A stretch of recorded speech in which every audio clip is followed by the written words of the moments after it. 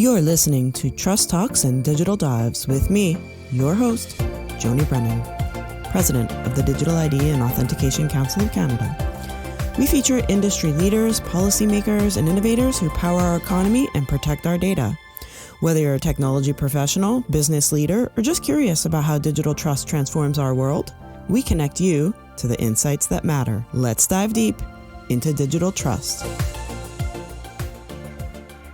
Hello, everyone, and welcome to DIACC's Trust Talks and Digital Dives. I'm thrilled to be joined today by Kelly Hutchinson, who is Digital Practice Leader and Public Affairs Counselor at Compass Rose. Hi, Kelly.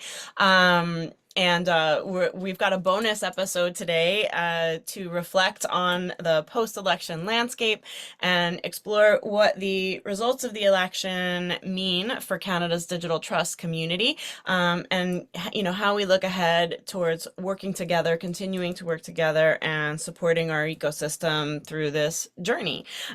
So welcome aboard, Kelly. It's great to have you. Thanks. It's great to be here. Amazing. Awesome. For those in Canada, I think and believe most people were watching the election results well into the evening. For those not, this could be a good opportunity for, or those outside of Canada, could be a good opportunity for folks to learn.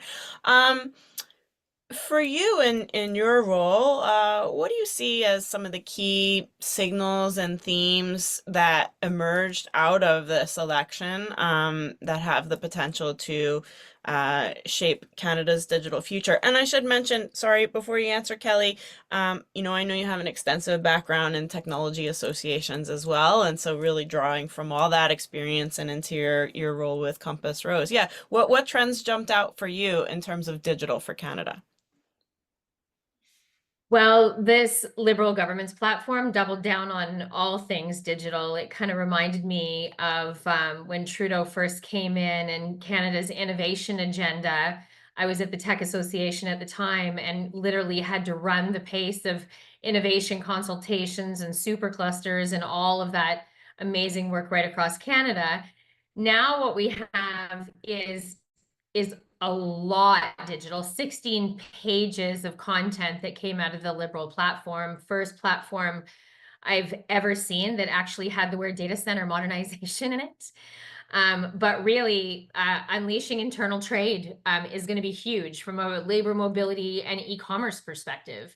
Like they even went as far as articulating to achieve mutual recognition of credentials within the provinces and territories. Canadians can work wherever they want, and it included health professionals, professional qualifications, financial services, and everything to trucking safety certifications. So from a digital perspective, this is going to be super important. The investment in digital infrastructure for the economy of tomorrow, they are going to catalyze construction and development of AI infrastructure, data storage facilities, computing capacity, continued investment in telecommunications networks, digital supply chains is really big, improving rural broadband.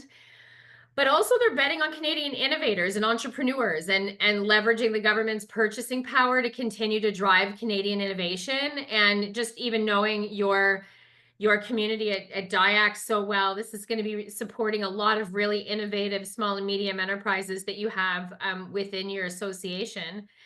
And then importantly, which always has to strike a chord from digital investment perspective, is on talent attraction and retention. And so there's literally specifics on trying to attract highly skilled experts from the United States into Canada.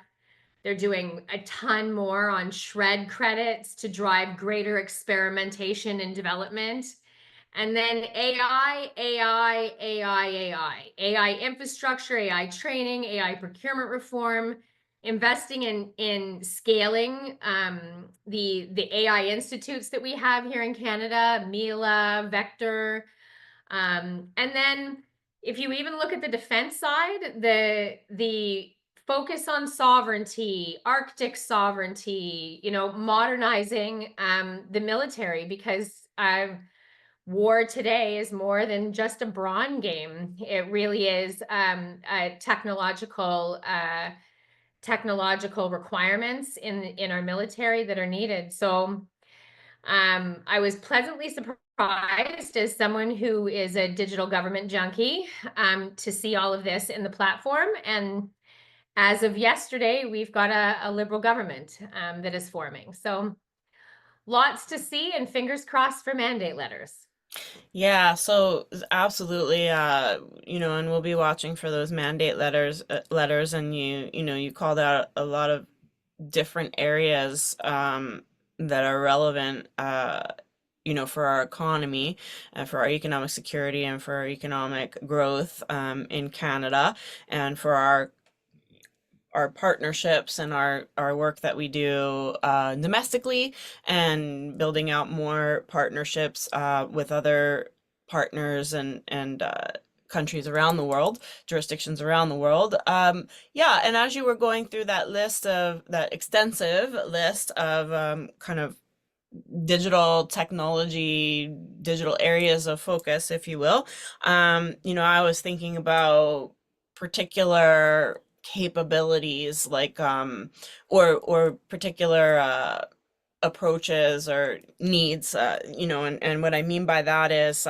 thinking about adding more support for digital in things like know your customer, know your business, or any money laundering to pull fraud out of that area of the economy, to add digital streamlining to things like permitting, because for anyone who watched the acceptance speech of Prime Minister Carney last night, I think one of the last lines was "build baby build" around housing. So thinking about, yeah, how do we speed up that permitting and whether that's development, construction, things of that nature. And thinking about how do we can we verify workforce on qualifications, on labor mobility? I'm an architect, and can I verify that someone's an actual certified architect? And do they need to be with me in person, or can I bring in that architect talent from other jurisdictions around Canada, around the world? So, so many different areas for digital trust, credentials, verification. What do in that list of, and I just called out a few as examples that are kind of top of mind in the work that we're doing at DIACC. Do you see any other areas around how the results of the election have the potential specifically on influencing on digital trust, credentials, and digital trust is more than credentials, but modernization as a whole, both public and private sector, and how they work together? So some of the examples you just mentioned, Joni, are perfect to a T, and that is like all the red tape reduction associated to housing, permits, that whole entire thing is all could be like all underpinned by digital trust and credentials, but also the investments in benefits delivery. The huge focus on citizens' data sovereignty and security and delivering faster, frictionless services to Canadians. All of that needs to be underpinned by trusted digital credential solutions as well. And then also, like what you had mentioned as well, as it relates to human trafficking, it's similar with online harm and eradicating mis and disinformation associated with all of the proliferation of AI.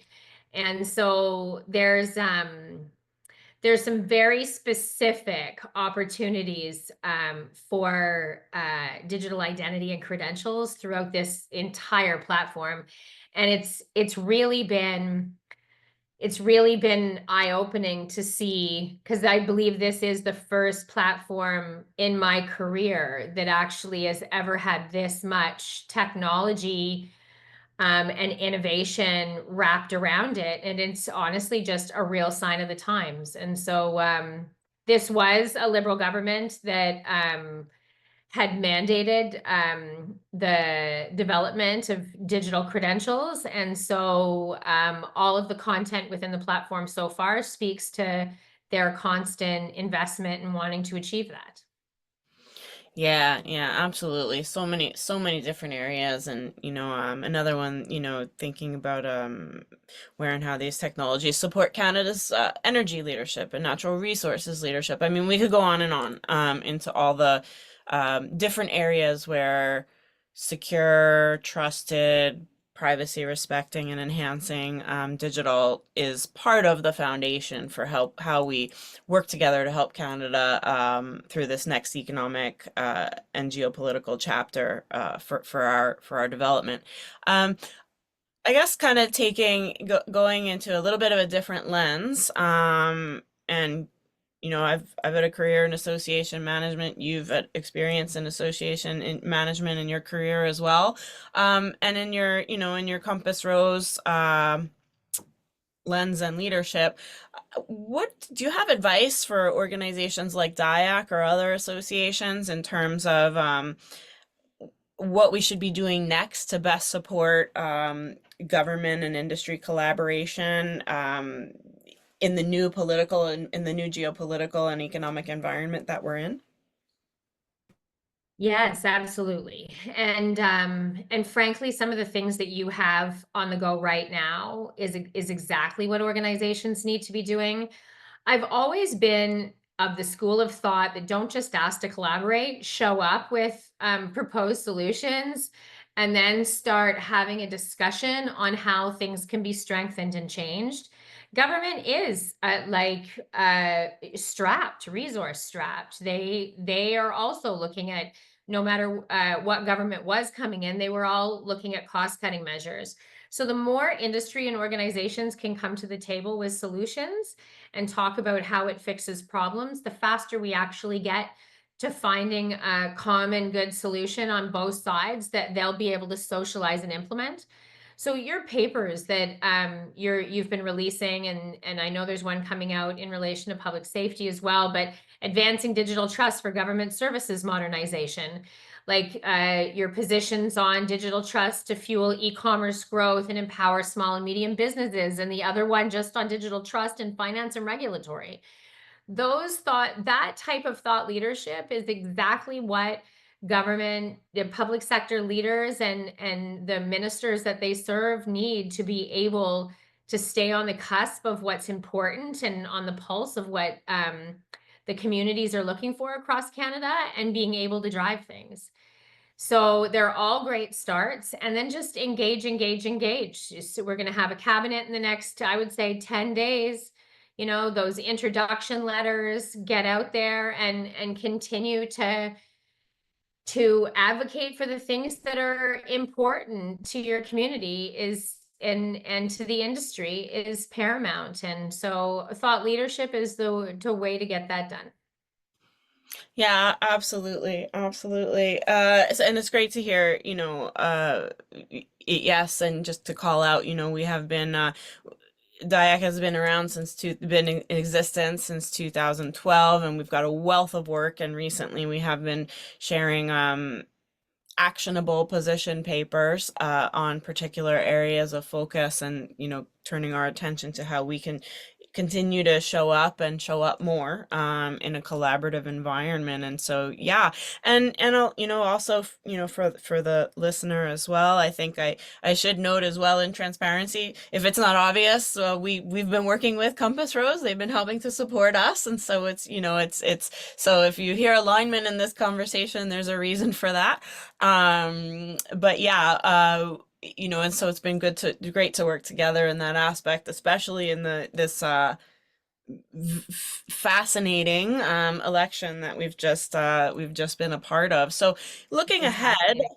yeah, truly, truly. Looking ahead, and that you've had experience with us and across the digital space in Canada and globally. What advice do you have? What do you think that the digital trust community, if we kind of got razor sharp and pointy on where we should be focusing in the next 12 and 18 months to continue momentum and to accelerate leadership, what would be your kind of pointed advice for the next 12 to 18 months? Leadership engagement. get the decision makers of your organizations, those top executives, to the table of government, and start having some productive discussions on the forthcoming mandates, the plans, and the priorities for the road ahead. We don't know how long. It's still too early to tell. We've got a very tight house of liberals and conservatives with this minority government, and we don't know how long it'll be before they go back to election. And so getting out there and just helping them deliver on everything they've just been elected for is super important. And so I encourage all members of DIACC to talk to their executives, and let's bring them to Ottawa. Yeah, yeah, absolutely. And to your point, right, with yes, we just completed the election yesterday, but yeah, we could be going back, at any time. So we don't know what the timeline will be on that.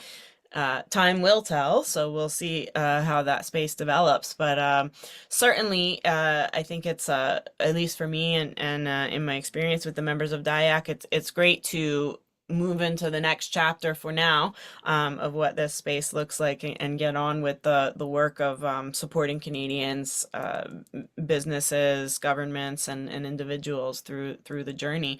Um, yeah, I think it's election season is always it gives us a moment to engage, and then also to reflect, and to think about what comes next. And so in terms of reflections, what gives you what are you most excited about? What's would you have the most optimism for? And I think you named a lot of things. So, in that list of in those different lists of what you shared, what was unique with this particular Liberal Party platform? What gives you the most optimism for Digital Canada going forward, with the results of yesterday?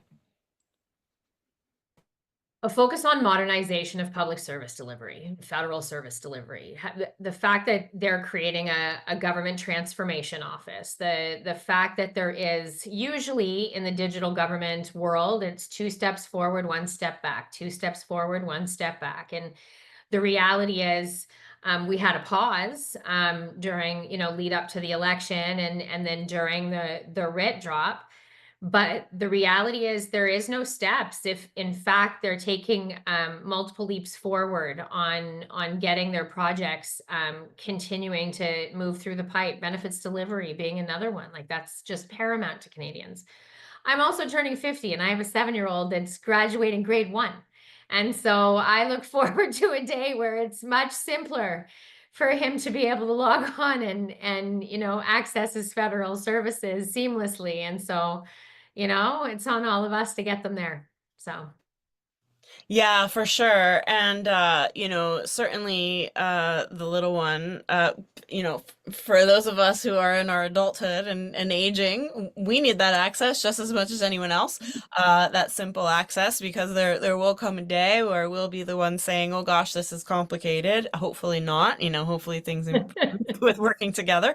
But yeah, certainly the little one, who's 7 today, will be expecting, is already, expecting things to be digital first, and not digital only, but digital first in terms of how they're able to interact. So yeah, I agree with all that you shared, and I think it is an optimistic time for Canada.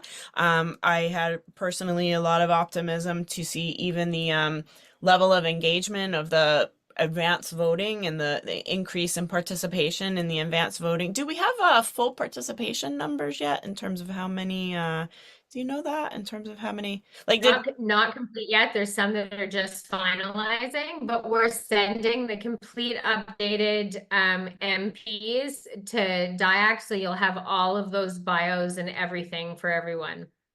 Yeah, yeah, no, that's great. I'm looking forward to seeing the participation. It certainly looked by the participation statistics. It certainly looked by the advanced voting that Canadians, of all stripes and backgrounds and preferences, mobilized, and the importance of the election, and came out and participated in the election. And I think that is something that we should be Oh, very optimistic, right? we participated. So I No, think that's great. actually, great point, Joni. And in hindsight, I thought you were talking about what MPs will be participating in the new house. But Oh, I think that the biggest, most heartwarming thing about this entire election was how many people participated in the advanced polling. Like that in itself just goes to show how many Canadians are seized by the issues that we have today. mhm, And then regardless of party, if you look across all of them, it wasn't a divisive, dirty fight to the finish line. It was an election that really embodied the values of Canadians. And I'm very impressed with all of the parties and all the work that everyone did to try and advance, what's important for our country. It's important that everyone participate. But I will get the participation numbers and I'll get back to you on that. yeah, I'm sure they're still counting that up, but would certainly look forward to that. And look, I'll say also the question I asked was about optimism and we were talking about people paying attention and that being an optimistic view. Let's be real too. I mean, I think that part of that participation is that people are feeling the pressures and they are recognizing, they are, as you said, seized by the issues. And so we have to be realistic and honest about that. There are Canadians that are struggling. We have economic challenges in front of us. So, a healthy balance of that optimism that we had increase in participation, and, recognizing that some of that and a good portion of that, I'm sure, is based on people feeling pain and concern and anxiety as well over what happens next. But again, like back to the good news, it's not an apathetic, signal. It's a signal of, yes, we can make a difference and we can participate, whether we're feeling positive or concerned or a mixture of all of those things. People did not bring apathy, they brought engagement. And I think that's a great thing for us in Canada too. So, yeah, well, hey, Okay. thanks for the quick election reactions, Kelly. And I know that folks who are working in the public advisory space, I know you folks have been up hours and hours and hours, tracking the results. So, yeah, anything else you want to leave us with today, Kelly? No, but well, actually, congratulations on participating in your first election. That's So right. yeah, so there's a lot of new Canadians that participated this year, and yeah, it's such an awesome experience to participate. So Yeah. Oh, well, thank you for that. Yes, it's certainly an exciting one. I take it pretty seriously. And it was the first federal that I had status to participate in, and that was a real honor. And I think not only an honor, but part of a civic duty. So it's a good feeling to be able to be part of that story in my own way. So yeah, thanks for that, Kelly. And for anyone else who, if you voted and participated, thank you for being a part of that process. If you were in the supporting roles, thank you. And if you're someone who's immigrating or looking forward to that status, keep going. There will be other elections, and so please continue to get involved in any way that you can. So thanks a lot for joining us for this quick election 2025 reaction, and we look forward to collaborating in the time ahead to secure digital and secure our economy for Canadians. Thanks, Kelly.